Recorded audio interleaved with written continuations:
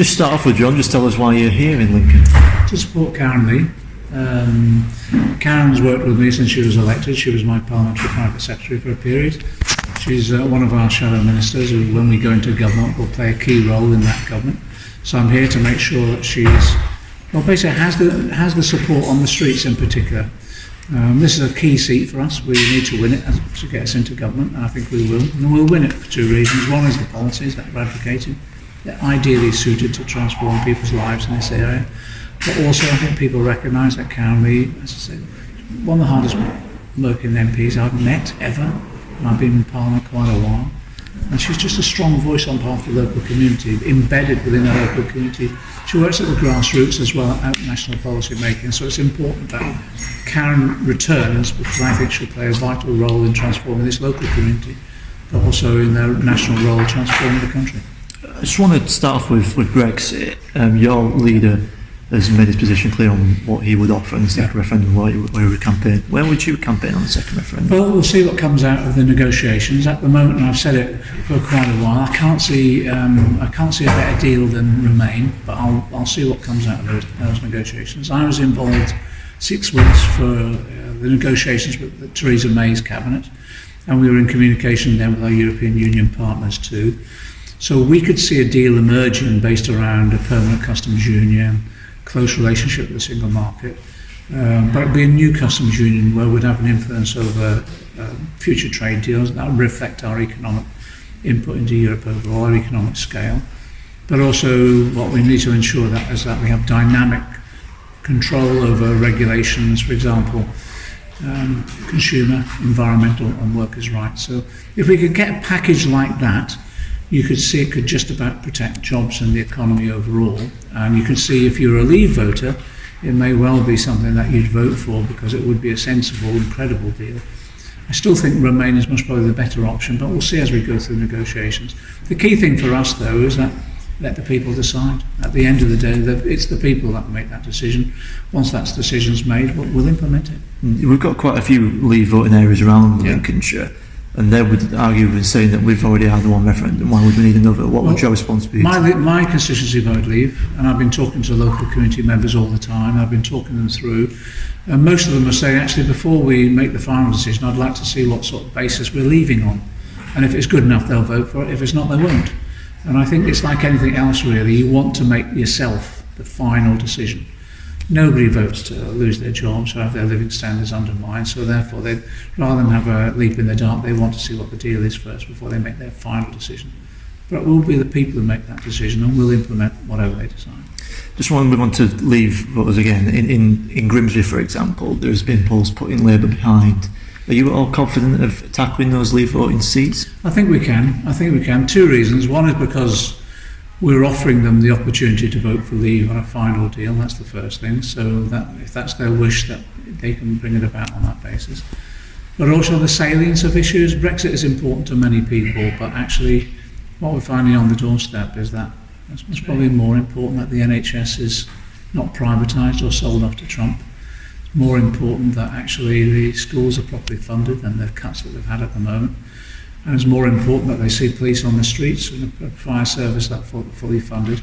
And I think people have had enough of austerity, and they don't believe the promises that have come from Boris Johnson, who throughout his period in Parliament has voted for every austerity measure that the Tories have brought forward. So I think there's other issues that people are taking into account, not just Brexit. Can I say there as well, because I'm on the doorstep constantly. We've run a huge campaign right across the constituency.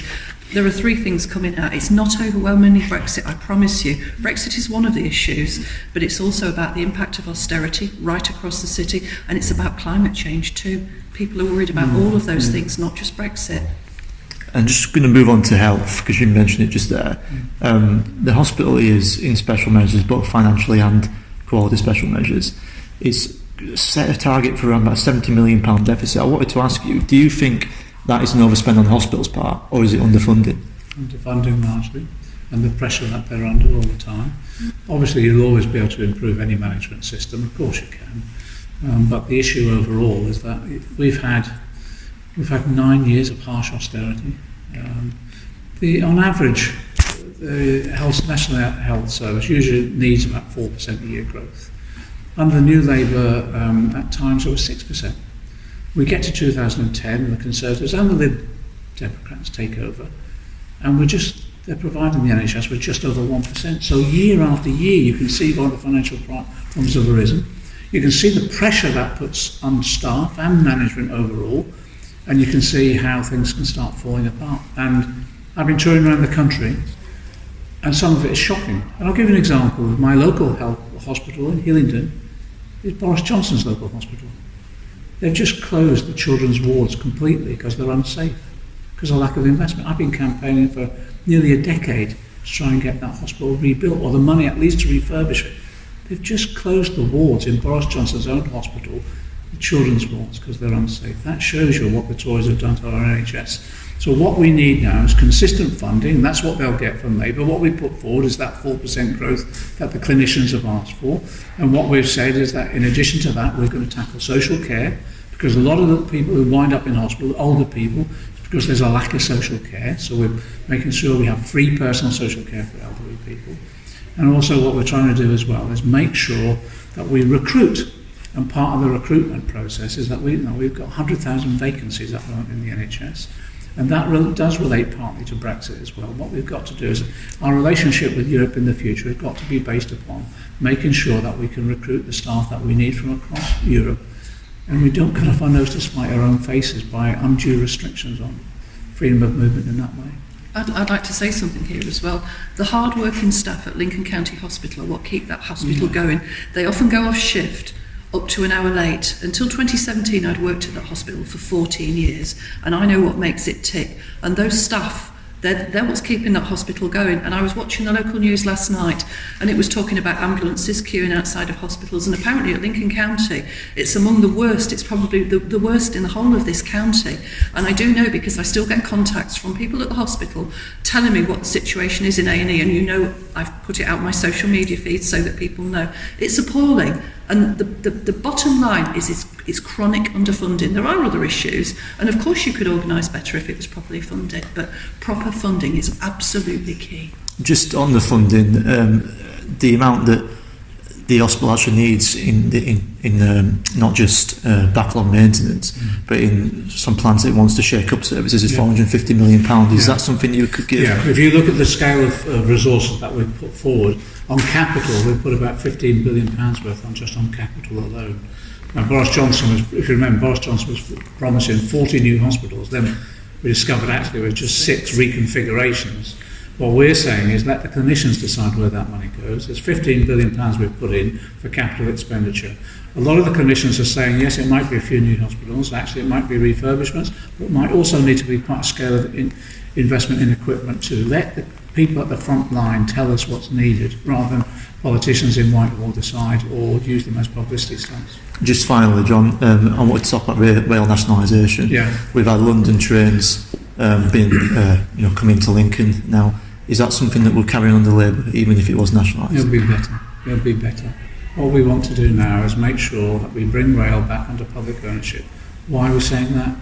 Because we need the investment in the long term. We need to ensure that we're not ripped off by high fares, and we make sure that money is not then channeled into the pockets of shareholders who've actually. If you remember what Branson said when he went into rail, it's a license to print money, and that's what they've done. They've profited at our expense.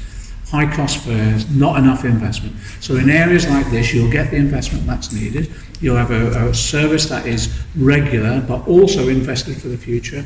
And what you'll see is actually, particularly for commuters, a reduction in fares overall, because what we're doing also is we're making sure that we fund rail and buses more than we do roads at the moment, because that's where we want to take people out of their cars onto buses and onto rail, because in that way we can contribute towards tackling climate change. Can I say as well, that's something I'd be absolutely pushing. My dad was a railway man for 30 years, and I grew up on trains. So important that they're affordable and reliable, and we're going to make them that way.